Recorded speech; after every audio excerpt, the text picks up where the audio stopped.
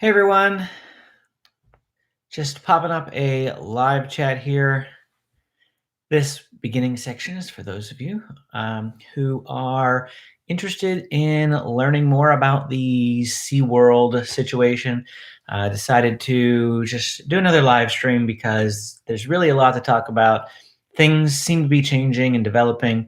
Things have been uncovered since I did a live stream yesterday, and I just felt like it was warranted to come on and do another live stream. So, hello, and thanks for joining.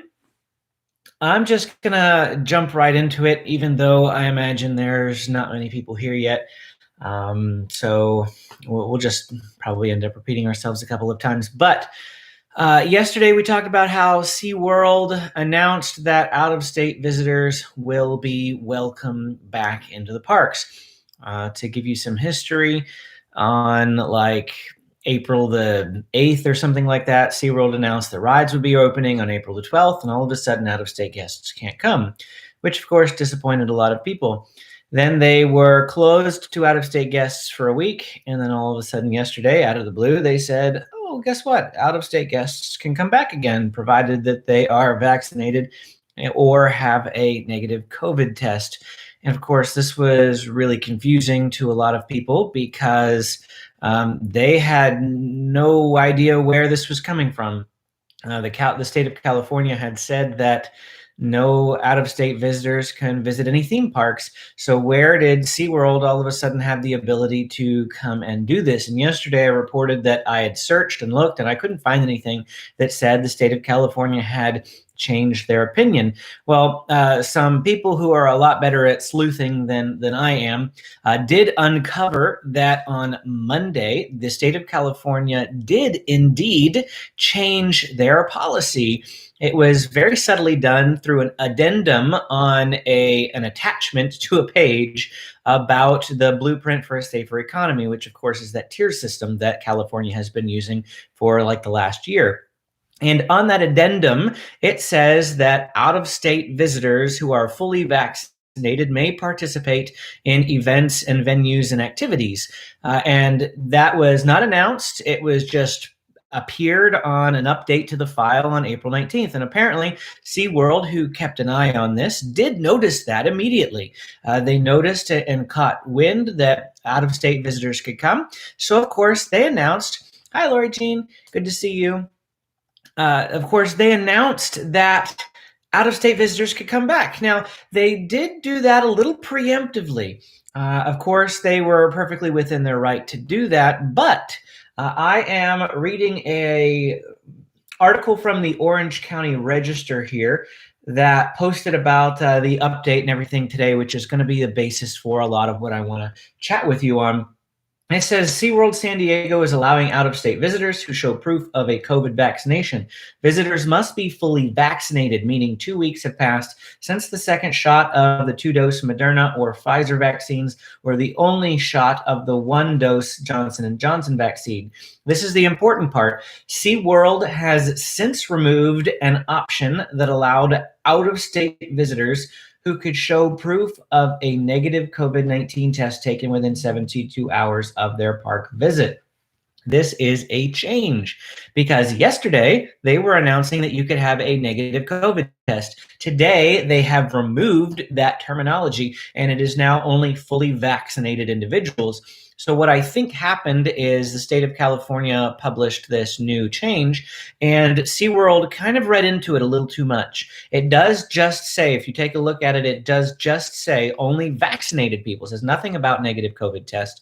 And so SeaWorld has since removed that. I know I've had some conversations with some of you about, what this means for out-of-state visitors coming. And the question that I still have on this is how the underage individuals are going to work. Of course, you can't get a vaccine if you're younger than 16. So does that mean that nobody younger than 16 can visit? Or does that mean that nobody younger than 16 will be required to? So long as the adults who are there with them are fully vaccinated, all the people under 16 can come.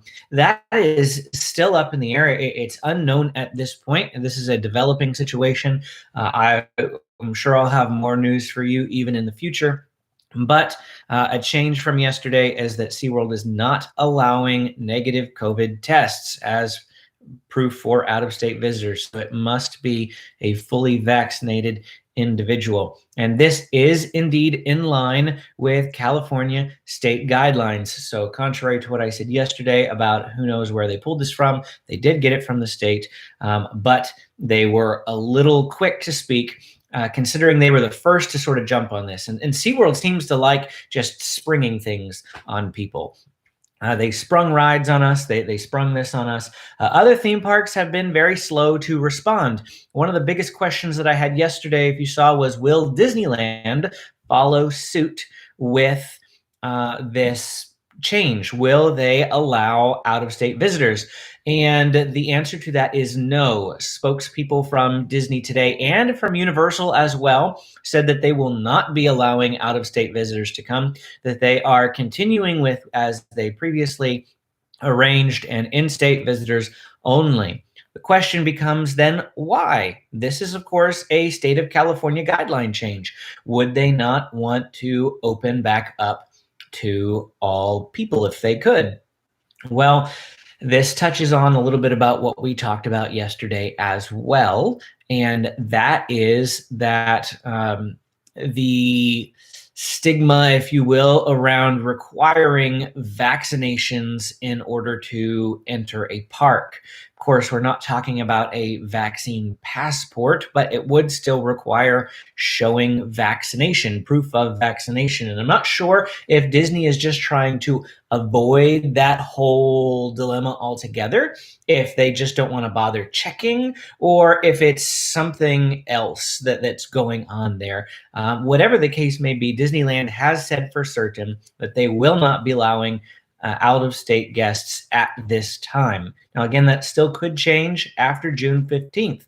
Remember, if you haven't seen yet, June 15th is the date that Gavin Newsom and the state of California is aiming for being fully reopened and back to business as usual in California. Of course, mask mandates will still remain in effect, and the proof of vaccination will be required for some large multi-day indoor event venues. But they make no mention of that being required on any other sort of a level. So maybe places like Disney and Universal, again, are just trying to avoid the stigma of checking vaccinations. SeaWorld apparently has no problem doing this. They're probably just desperate for good PR at this point, and they're hoping that it's goodwill to let out-of-state visitors come back. I'm not really sure on SeaWorld's official stance, but of course we know that they are allowing it. What about other theme parks, though? No announcement has yet been made from places like Legoland and Knott's Berry Farm on exactly what they're going to be doing with regards to out-of-state visitors. Of course, the other two places that we frequently check out here on my channel, the San Diego Zoo, the San Diego Zoo Safari Park, are exempt from this because they are not open as a theme park. They are still open as a zoo. Their rides that they do have still remain closed if they can be called rides. The San Diego Zoo Safari Park has a carousel that they are not running, and they have the Africa Tram that is currently not running either. However, the San Diego Zoo Safari Park is operating its balloon ride. It is operating its zip line, and it is operating its tours, its cart safari, and things like that. So where does the line between ride and paid experience, I guess, differ? I don't know. Maybe it simply is because it's paid and it's not a free experience. That means that it's limited in nature, and you wouldn't have lines and things like that like you would for other things. I don't know. The zoo, on the other hand, it does have the gondola that goes over the park, the Skyfari. I would consider that a ride, but it's been in operation for quite some time. So it's a little confusing with the zoo and the safari park, but they are not mixed in with all of this drama with out-of-state visitors and in-state visitors. They are open to all visitors from any states, doesn't matter. And they've told me that they have no plans and will not close to out-of-state visitors. So they're sort of exempt from this whole vaccination, negative COVID test sort of thing.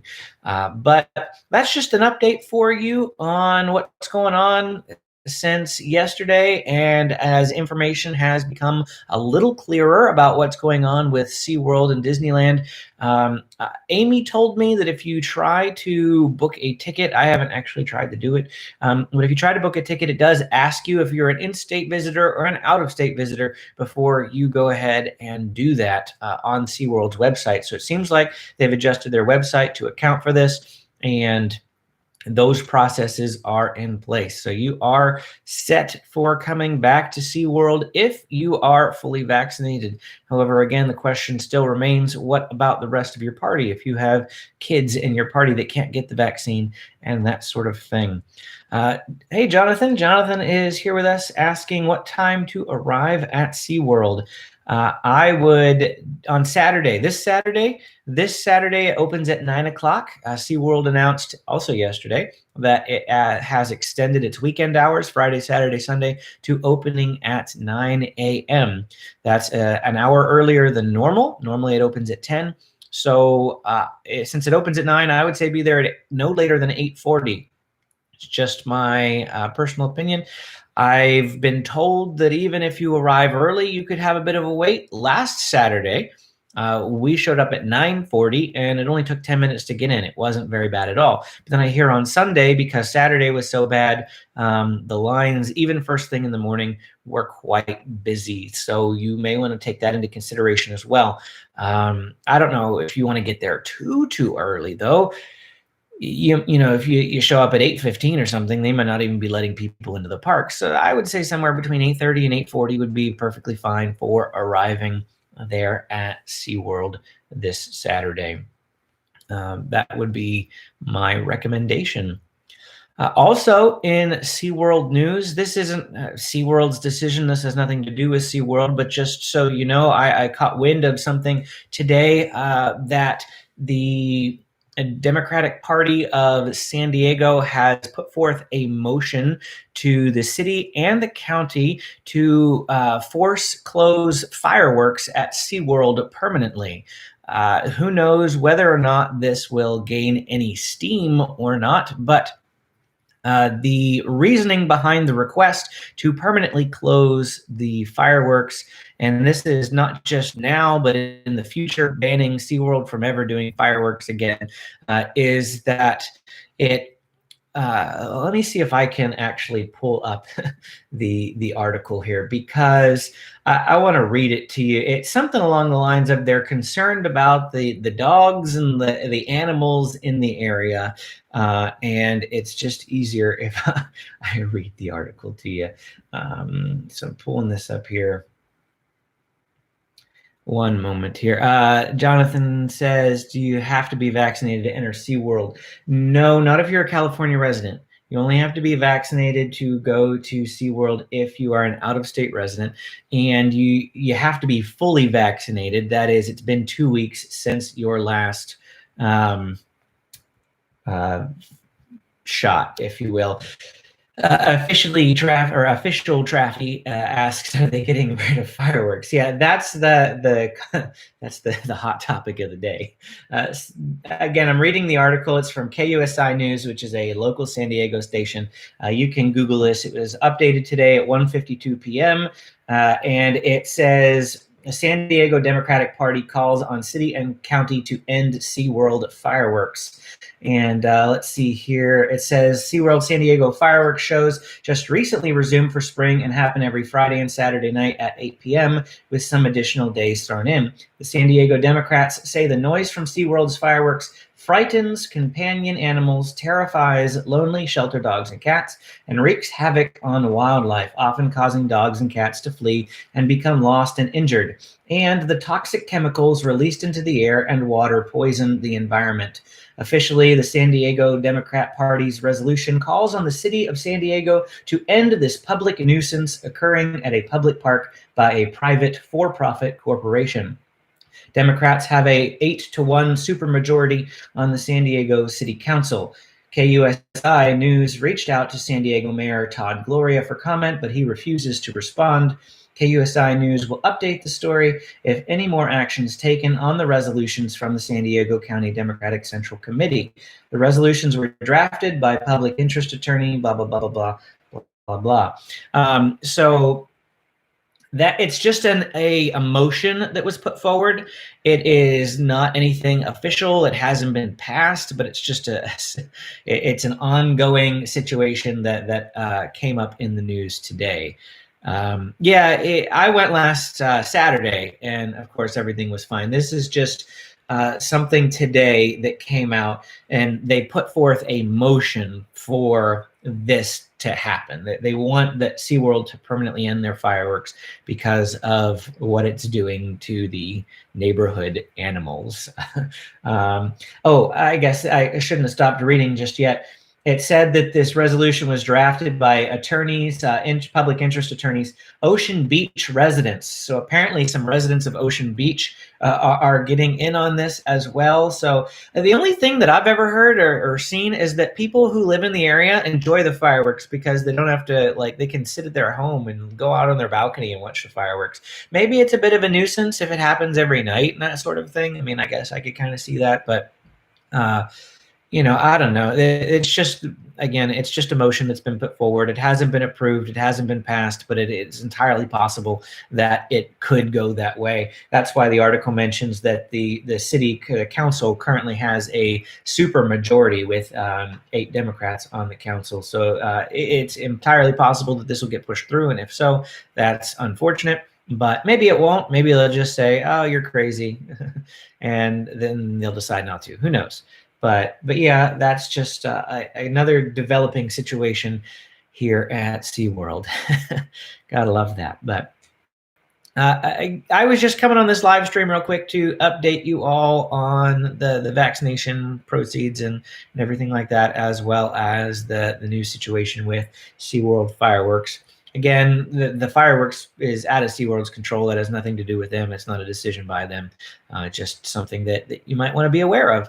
If everybody has any questions here before I end the live stream, perfectly fine to do that. This is not our long form live stream that we would normally have every single week on Mondays. At least I try. We're going to do long form live streams where we hang out for a couple hours and just chat with you all. But this is just a kind of a brief news update. Thank you so much, Traffy. Appreciate that.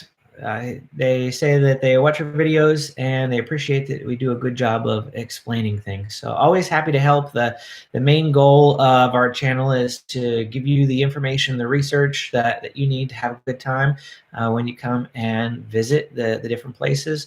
We're in there all the time, and so we thought, if we've got this insider information that we can help out, we'd love to share it with you all. And I love watching theme park vlogs. It's just one of our favorite things to do. We normally watch the Orlando vlogs and that sort of thing, as we're heading to Walt Disney World next weekend, and we'll be there for a week if you didn't know that. And so, I watch tons of those vlogs getting ready for our trip, and I find them useful. So always happy to share what information we have here about the local San Diego parks as well.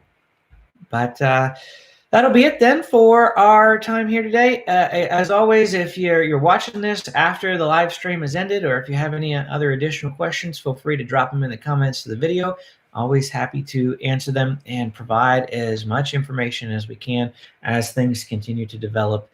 I'm sure this isn't the end of the story with vaccinations and all of that and out-of-state guests. So if there's any further information, of course, we'll do another one of these. But thanks again for checking out the video.